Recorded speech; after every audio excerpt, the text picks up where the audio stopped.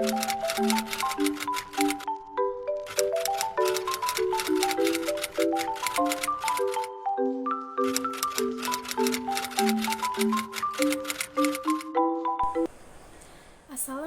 warahmatullahi wabarakatuh.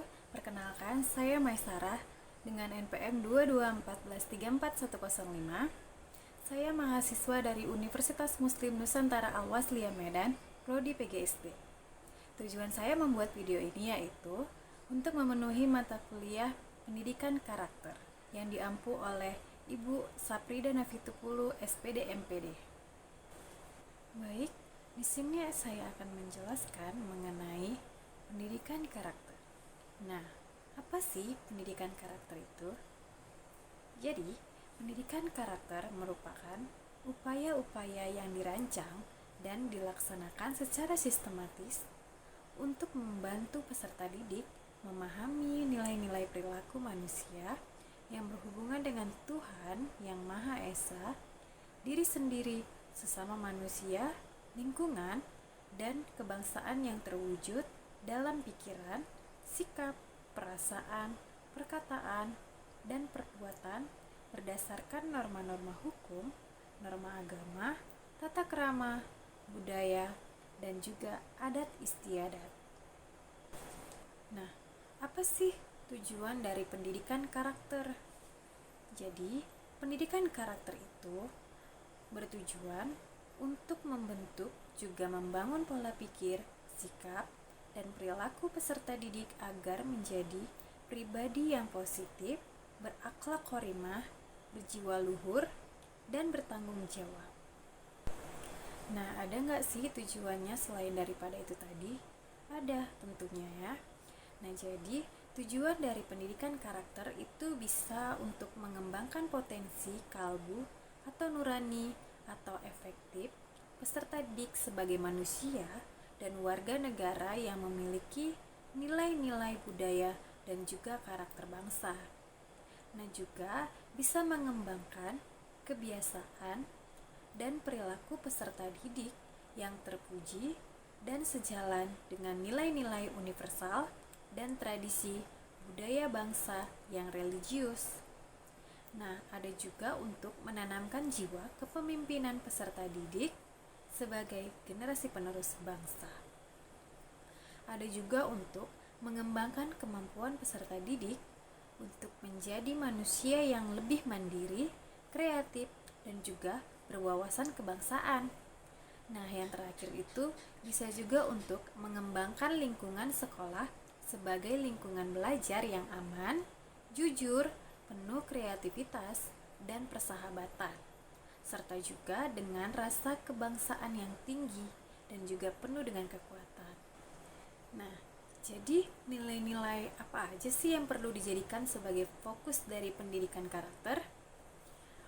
Nah, jadi nilai-nilai yang perlu dijadikan fokus dari pendidikan karakter itu ada 6.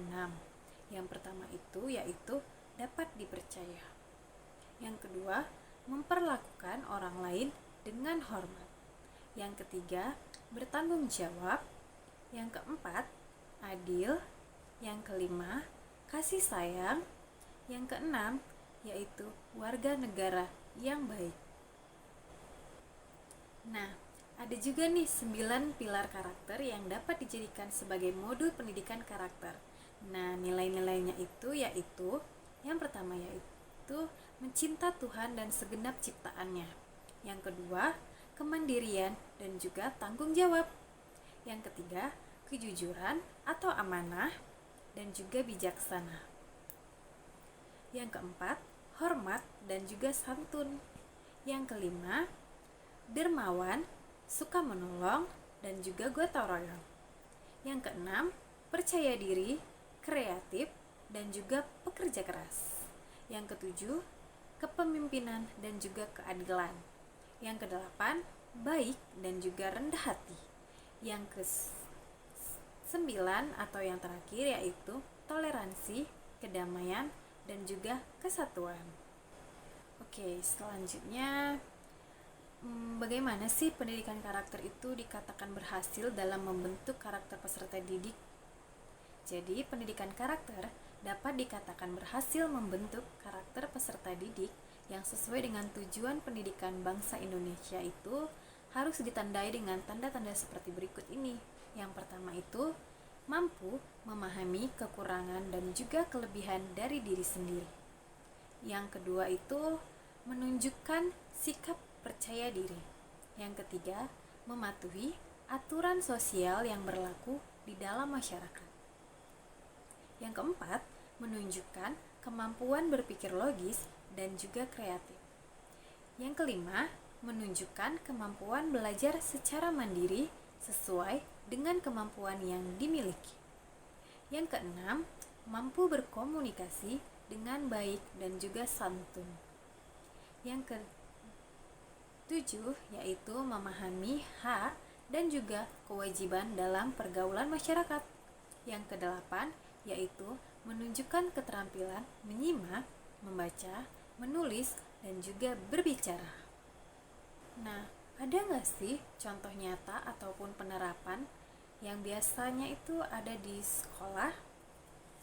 Tentunya ada dong.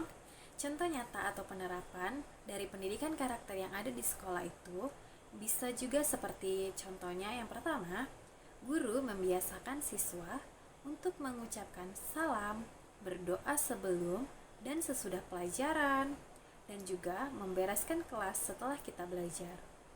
Yang kedua itu contohnya seperti siswa piket membersihkan kelas sebelum dan sesudah pelajaran, menyapu, menghapus papan tulis, dan juga merapikan kursi.